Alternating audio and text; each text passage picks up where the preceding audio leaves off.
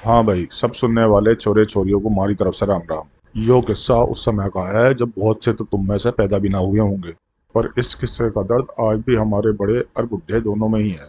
बात है शारजाह की, सन 1986, जिसमें भारत और पाकिस्तान के बीच में एक बड़ा ही खतरनाक मैच चल रहा था। भारत ने पहले बैटिंग करते हुए 245 रन का निशाना पाकिस्तान को दिया, जिसके जवाब में पाकिस्तान ने आखिरी ओवर बचने तक 235 रन बना लिए 7 विकेट के नुकसान पे। मैच के आखिरी ओवर में मियां दाद ने शॉट मार कर जोश में 2 रन लेने की कोशिश की और इसके इसी चक्कर में वसीम अकरम रन आउट हो गया और अकरम उसे गाली बकता हुआ पवेलियन चला गया। फिर अगला गद्दाधारी जुल्कार नैन आया। उधर मियां दाद का दूसरा रन लेने की चालाकी उसके फिर काम आई और इस वजह से वो दोबारा बैटिंग क्रीज पे पहुंच गया। फिर साड़े ने चेतन शर्मा की दूसरी गेंद पे मिड विकेट पे एक जोरदार चौका मारा और यो देखते ही हमारे घर में तो रोना पीटना समझ गया।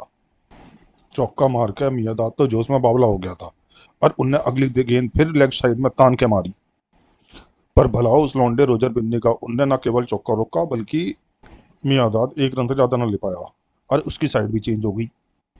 अब कहीं जाकर हमारे घर में रोने पीटने का मामला शांत हुआ। खैर, फिर भी पाकिस्तान को 3 गेंद पर 5 रन बनाने थे। 2 विकेट इनके हाथ में थे। लग तो यही रहा था कि पाकिस्तान ही जीतेगा। बस खुशी के नाम पे तो इतना ही था कि जुल्कार नैन बैटिंग करने आ गया था और फिर चेतन शर्मा ने जैसे जुल्कार को बोल्ड मारा, हम समझ गए मैच तो हम ही जीतेंगे, क्योंकि बैटिंग करने तौसीफ आ गया था और उससे किसी को कोई उम्मीद ना थी। और अब चाहिए थे 2 गेंद पे 5 रन और आखिरी विकेट तौसीफ अहमद बैटिंग कर रहा था। हमें तो ऐसे ही लगने लगा कि 5 उंगलियां घी में और सर कढ़ाई में, पर बाजी पलट गई। तौसीफ ने एक सिंगल ले लिया और मजे की बात यह है कि गेंद अजरुद्दीन जैसे फील्डर के पास पहुंची थी और लॉन्डन ने निशाना भी लगाया, लेकिन दाव नहीं लगा।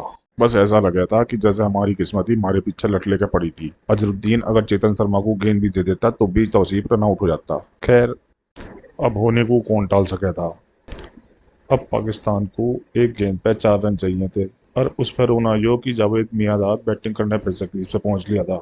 मैं तो यही कहूंगा कि चिरी तो दोनों देशों की पड़ी थी। मौका ही ऐसा था। उस समय तो कोई भगवान को याद करता फिर रहा था और कोई अल्लाह को।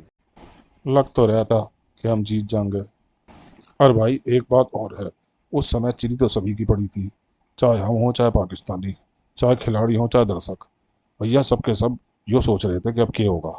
खिलाड़ी हो, दर्शक हो, कोई भी हो, हर एक के चेहरे पर डर और बेचैनी साफ साफ दिख रही थी। और हो भी क्यों ना, क्योंकि यो मैच एक इतिहास बनने वाला था। हिंदुस्तानी टीम ने यो गणित लगाया कि यॉर्कर मार के हम मैच जीत सके हैं और उधर मियांदाद जो हिसाब लगा रहा था कि अगर यॉर्कर फेंक दी तो मैं क्या करूंगा।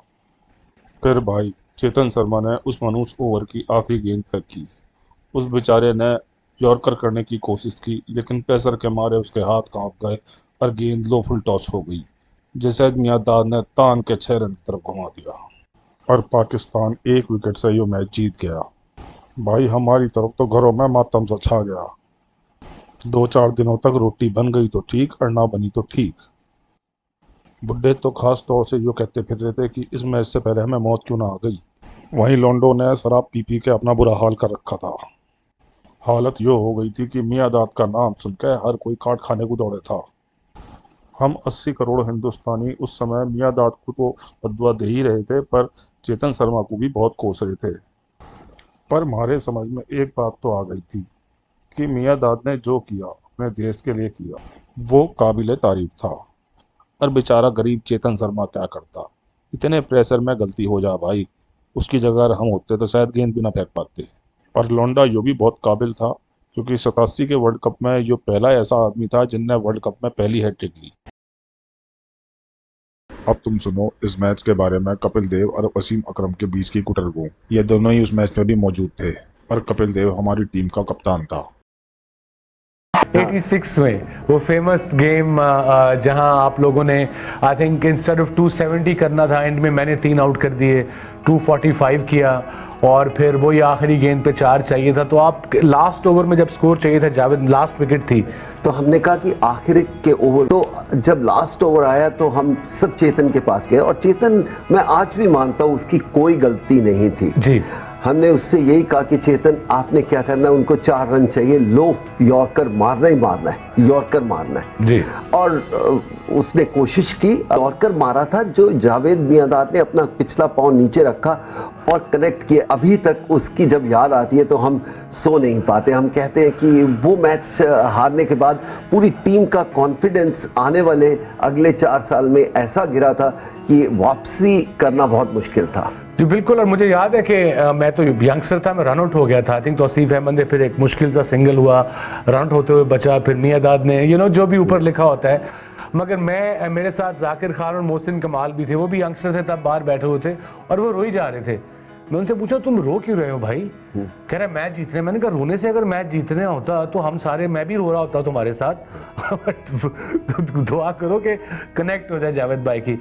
ले भाई, कनेक्ट हो गई मियांदाद की। अरे ऐसी कनेक्ट हुई कि आज तक हम रो रहे हैं। तो भाई ये होती सारी कहानी। अब जैसी भी लगी हो शेयर, कमेंट और लाइक जरूर कर देना। चलो राम राम।